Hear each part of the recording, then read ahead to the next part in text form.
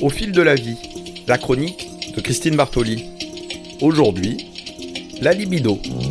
Dans son regard absent et son iris absinthe, tandis que Marie-Lou s'amuse à faire des volutes de sèche au menthol entre deux bulles de comic strip, tout en jouant avec le zip de ses Lévis. Je lis le vice et je pense à Carole Lévis.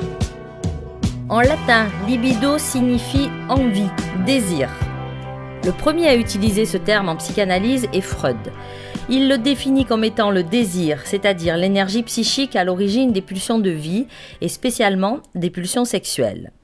Dans le dictionnaire, on trouve la définition suivante: recherche instinctive du plaisir et surtout du plaisir sexuel. Et c'est ainsi que la libido est couramment comprise.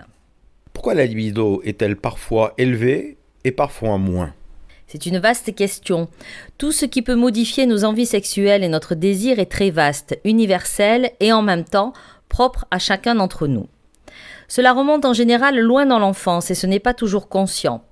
Pourquoi a-t-on envie de cette personne et pas d'une autre ? Pourquoi avons-nous subitement envie de faire l'amour au milieu de la journée quand c'est impossible ? Autant de réponses que de questions et de situations vécues. Cela peut venir de nos sentiments à l'égard d'une personne aimée, d'un simple regard, d'une attirance physique, d'une stimulation externe comme une odeur, une couleur ou une ambiance. Cela peut aussi être dû à une modification du métabolisme, comme par exemple lorsqu'une femme est enceinte ou quand une personne subit un choc physique ou psychique important. Mais là encore, il y a des divergences importantes. Il peut arriver que votre libido ne soit pas en phase avec celle de votre partenaire, comme par exemple lors d'une grossesse. Cela peut bloquer les désirs de l'homme qui a souvent peur de faire mal à l'enfant, alors que la femme a une libido décuplée. Cela peut aussi être inversé. Il y a des hommes qui ont des désirs exacerbés lorsque leur compagne est enceinte. Lors d'états dépressifs importants, il y a souvent une baisse significative de la libido, comme dans le cas d'un deuil par exemple. Certains traitements entraînent aussi ce genre d'effets secondaires, comme les antidépresseurs. Cela dépend aussi de la réalité, c'est-à-dire de ce que l'on a vécu dans la journée, dans la semaine ou dans sa vie. Les désirs sexuels et les envies ne peuvent pas être isolés de tout ce qui a constitué ce que vous êtes aujourd'hui et de tout ce que vous pouvez inventer et vivre. Pour Freud, la libido, énergie vitale, englobe nos désirs, nos envies, nos pulsions de vie et généralement toute notre activité sexuelle, concrète ou imaginaire. Elle est ainsi en partie liée avec les zones érogènes de notre corps. Jung, autre père fondateur de la psychanalyse, a élargi le sens de ce mot et l'utilise pour évoquer toutes les formes d'énergie psychique, y compris celles qui sont sans rapport avec la sexualité.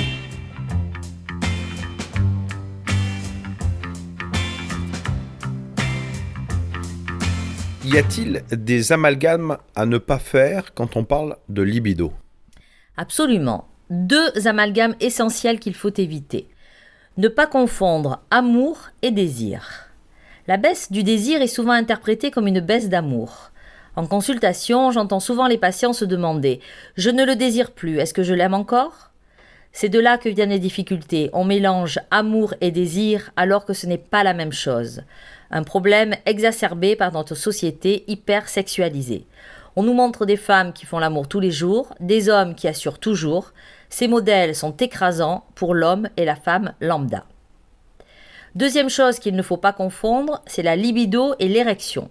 Chez l'homme, le problème de la baisse de l'érection s'ajoute à celui de la baisse du désir, et il y est souvent associé, à tort.